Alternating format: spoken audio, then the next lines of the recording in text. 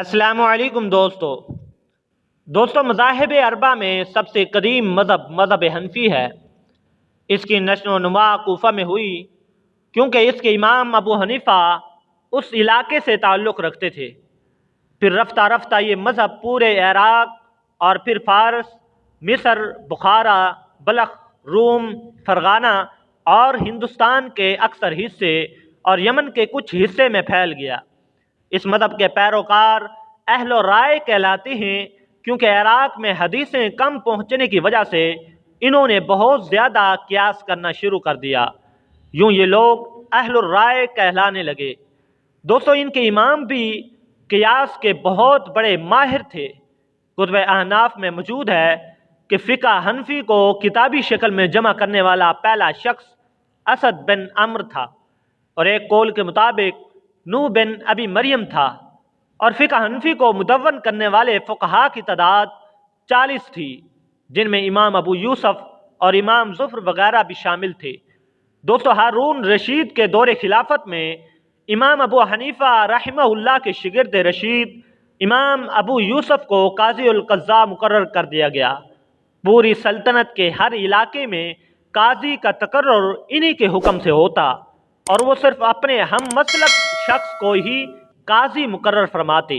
ان کے بعد بھی احناف کی ہمیشہ کوشش رہی کہ عہد قضاء صرف احناف کے پاس ہی رہے۔ دوستو وہ ہر دوسرے مسلک کے قاضی کو معزول کرانے کے لیے خفیہ چالیں اور سازشیں کرتے رہتے۔ دوستو اس زمانے کی تمام مسلمانوں کو حنفی احکام و فتاوی پر مجبوراً عمل کرنا پڑتا، اور یوں اس مسلک کی بہت زیادہ ترویج و اشاعت ہوئی۔ دوستو شمالی افریقہ کا وہ علاقہ جو لیبیا، تیونس اور الجزائر پر مشتمل ہے، مذہب حنفی سے پہلے کسی خاص مذہب کا پیروکار نہیں تھا۔ پھر اس علاقے میں سب سے پہلے مذہب حنفی لانے والے ابو محمد عبداللہ بن فرح الفاسی حنفی تھے، لیکن اس مذہب کو غلبہ اس وقت حاصل ہوا جب اسد بن فرات بن سنان اس علاقے کے قاضی مقرر ہوئے۔ ایک عرصے تک وہاں یہی مذہب غالب رہا۔ جب اقتدار معز بن بادیس کے ہاتھ آیا تو اس نے مالکی مذہب کی اشاعت شروع کی۔ دوستو آج بھی اس علاقے کی اکثریت مالکی مذہب پر ہے۔ دوستو مصر میں سب سے پہلے حنفی مذہب پہنچانے والا قاضی اسماعیل بن یسع ہے، جسے عباسی دور میں 164 ہجری میں مصر کا قاضی مقرر کیا گیا۔ دوستو اس شخص کی عوام سے بعض مسائل میں اختلاف رائے کے پیش نظر اسے مجبوراً معزول کر دیا گیا، لیکن دیگر علماء فقہاء کے ذریعے یہ مذہب مصر میں فروغ پاتا رہا۔ دوستو فاطمی عہد میں انہوں نے اپنے ہم مذہب اسماعیلی شیعہ حضرات کو قاضی مقرر کیا، اور تمام فیصلے اسی مذہب کے مطابق ہونے لگے۔ اس کے علاوہ احناف کو عبادات میں آزادی دی گئی کہ وہ جیسے چاہیں جس طرح چاہیں عبادت کرتے رہیں۔ دوستو مصر میں ایوبی سلطنت قائم ہوئی تو انہوں نے شافعی مذہب ہونے کی وجہ سے اس مذہب کو خوب ترویج دی، اور اس کے لیے بیشتر علاقوں میں مدارس قائم کیے۔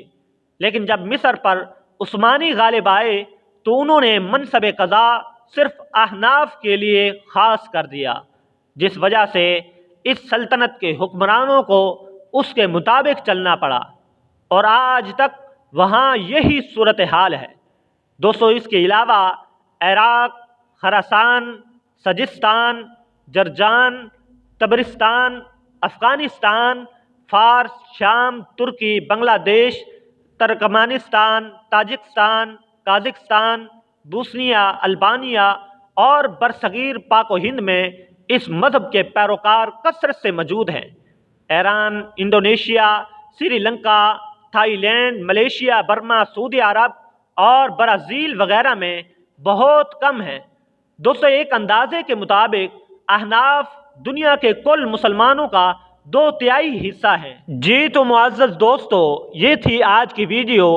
مزید اس طرح کی اصلاحی، تاریخی، علمی ویڈیوز دیکھنے کے لیے ہمارے اس چینل کو سبسکرائب کر کے ساتھ میں موجود بیل آئیکن کو بھی دبا دیں، تاکہ ہر نئی آنے والی ویڈیوز کا نوٹیفیکیشن آپ کو بر وقت موصول ہو سکے۔